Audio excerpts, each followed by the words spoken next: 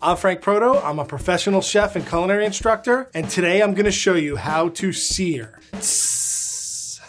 I'll go over how to sear your protein to make it crunchy and caramelized on the outside and juicy in the center. And that contrast is what makes seared foods so delicious. This is Searing 101. Searing basically means we're cooking over high heat with some fat in order to caramelize something. In our case, it'll be proteins. The equipment that I like to use when I'm searing is a heavy cast iron skillet or a nice stainless steel saute pan. The cast iron holds on to heat really well and stays hot for a long time, whereas the stainless steel transfers heat really quickly. This allows us to cook at a fairly high temperature without burning. I have 3 different types of proteins here. Generally, we sear thicker pieces of meat because we want to get that nice crust on the outside and the nice juicy interior. You really don't want this to be ice cold when it goes in the pan. The inside's not going to be cooked. What I like to do is take it out 10 to 15 minutes before I sear and then cook it. I don't think it necessarily needs to be at room temperature. You're kind of getting into this sketchy area where it's sitting out for too long, especially with a thick piece of meat. And the prep for these is almost identical for every single one. First thing we want to do is take a towel and make sure that there's no moisture on the outside. It doesn't start to sear until that moisture is cooked off. So the less moisture on our protein, the quicker we get that nice caramelization.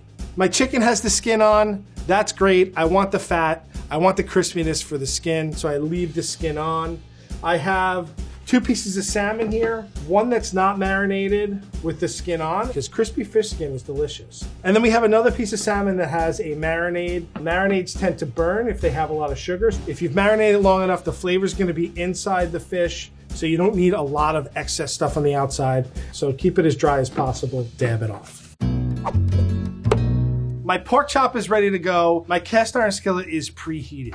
If it's not hot enough, it just kind of goes flat and nothing happens. If it's too hot, you put the pork chop in, it sputters and we get flames. So we want to try and find that happy place in between. The way that I can tell that the pan is hot enough is I'm gonna put some oil in. And I wanna cover the bottom of the pan fairly well. Basically what I'm looking for is a little haze of smoke like I have now. My oil is kind of ripply and flows freely in the pan. I'm using canola oil, which has a high smoke point. Smoke point is basically the point at which the oil starts to smoke. Anything with a high smoke point doesn't burn too quickly. It holds the heat, and that makes it a great oil for searing. So my pan is nice and hot. I'm getting a little haze of smoke. I'm going to season well, heavily. You can see that I season fairly high up because I want my salt to disperse really well. I'm seasoning now because if I season earlier, the salt draws out moisture from the meat, and that will impede us from searing well. Okay, and then we're gonna go into the pan. Drop away from you so that the oil splashes away from you. You notice how I'm hearing sizzling right away. If you hear snap, crackle, and pop, that's when you know you're starting to sear. I'm gonna let this cook until I have a nice brown crust on it. You just wanna leave it be for the first 2 to 3 minutes so that if it does stick, it'll basically unstick itself after a while. Let the pan do the work. Let this get nice and brown before we flip it. So it's been a few minutes here. I'm just gonna take a look.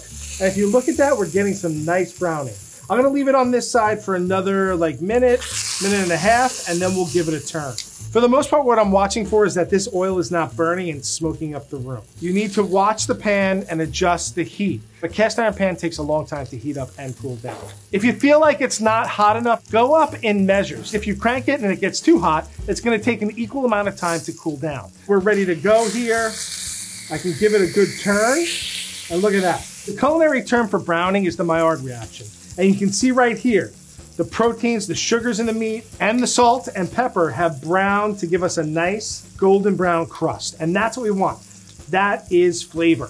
Now that I flip my meat over, I'm gonna wait for the other side to get brown. And now what I'm gonna do is I'm gonna hold it up on its side.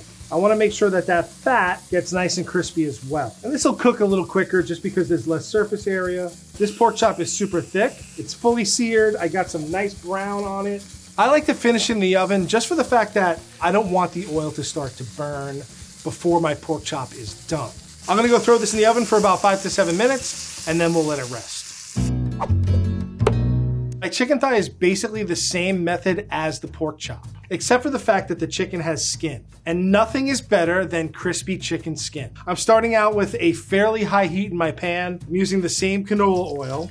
My chicken gets some salt and pepper, both sides, and I'm gonna start my chicken skin side down. The presentation side is the most important side. Fish skin, chicken skin, anything with skin, you wanna make sure that's beautiful before you start moving anything around. And once that skin starts to get nice golden brown, we wanna turn it over and cook the rest of the way on the flesh side. It's gonna brown nice and evenly. It's not like the pork chop where you need to hold it up on its side. All I'm really worried about is that skin getting nice and crisp. The great thing about chicken thighs is that they are juicy no matter how much you cook them. So I'm gonna take this chicken thigh, put it in the oven at about 350, let it finish cooking through, let it rest, and then we'll taste it.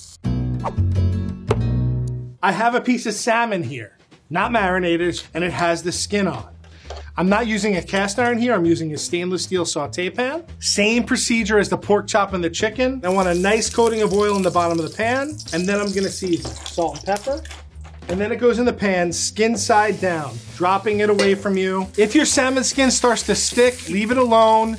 Turn your heat down to a little bit of a medium, and the skin will unstick itself eventually. I still need like a minute before I turn this over. I want that skin to be nice and crisp and brown. If you have spots that don't have oil, you're gonna have hot spots that burn your protein. So make sure that you have a nice covering of oil on the bottom of your pan. I'm gonna turn it over. I have a nice crispy skin. If you feel like your skin didn't get enough color on it, you can flip it back, but I usually like to get it done on the first turn. Lower our heat down a little. We're not too worried about getting the flesh side super brown. I like to cook my salmon to like a medium rare, medium, still pink in the middle. This salmon kind of has a thick edge, just like the pork chops. I'm not too worried about it. I want that edge to be kind of nice and pink, kind of show the color of the fish and not really be brown. I'm not gonna put it in the oven. It cooks fairly quick. I'm gonna take the salmon out right now, and I'm gonna let it rest and come up to temperature, and hopefully we'll have a nice medium rare interior. So this is my piece of marinated fish. The marinade has some sugar in it, and sugar tends to burn really quick. So I'm not gonna go quite as hot as the other proteins. I'm gonna get my pan covered with oil pretty well. I'm gonna season up lightly, just for the fact that this has some sugar and some salt in the marinade. So we have water boiling off. I think my oil is ready right now. I don't need to be too high. And you'll notice with this one, what happened right away. Because of the marinade in there, it's sticking to my pan. I turn my heat up just a little, and I'm gonna leave it alone. It will unstick itself eventually. I also grabbed a fish spatula. This is a spatula with holes in it. It's super thin and bendy. And if you need to, you can easily just get under this and give it a turn. I'm gonna take this out and put it over here. I would tend to finish in the oven just like the pork chop and the chicken, just because you're dealing with some sugar and it caramelizes really quick. So here you can see the difference really clearly between the marinated and the unmarinated. The marinated salmon gets dark really quickly, that sugar caramelizes really fast, and the unmarinated salmon kind of gets a nice golden brown crust. When it comes to salmon and fish, I really don't rest them. I kind of just cook them, plate them, send them out. When you sear something, the meat tenses up, and then you let it rest and the juices redistribute and you get a nice juicy end product. So let's get our pork chop, give it a slice close to the bone. You can see that we have some nice glistening juices. The outside is still nice and crunchy and nice and brown. Same thing with our chicken. It's nice and brown on the outside and nice and juicy on the inside. And for the unmarinated salmon, we just break it open. It's nice and caramelized on the outside, beautifully pink and juicy on the inside. If your proteins are seared properly, you're gonna get a nice, crunchy, salty outside and a juicy interior. And that's the whole point of doing this. Beautiful presentation, juicy end product.